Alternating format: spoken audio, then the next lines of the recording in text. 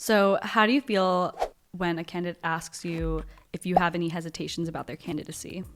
Two major downsides of that question. The first is it's quite awkward for the interviewer to answer that, and not in like a, oh, they're an awkward person sort of way. Even someone like me who's really comfortable giving feedback live on an interview, if I have an objection that you haven't really fought back on, I'm not really looking for you to engage it directly. My questions for you will be centered around getting you to answer it indirectly. Structurally is not great for the interview. Even if the conversation winds up being positive or somewhat constructive, I'm going to leave having been asked and prompted in my brain to come up with what your flaws are. I think that's good advice. What's the most awkward answer you've given to that question? I remember one person I gave the feedback to around their experience, what they lacked, and it was literal. They couldn't fight against it. I knew their background, I'd asked questions about it, and they just tried to like shoehorn a bunch of other examples in. This is very common. A lot of people do this across the board in interviews.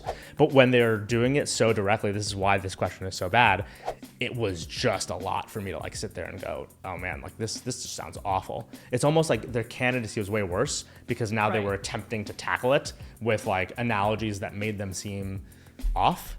Yeah. Interesting. I mean, personally, I prefer when candidates ask me for feedback via email after the interview rather than ask me, during the interview at the end, once again, kind of leaving a bad taste in your mouth. So I agree.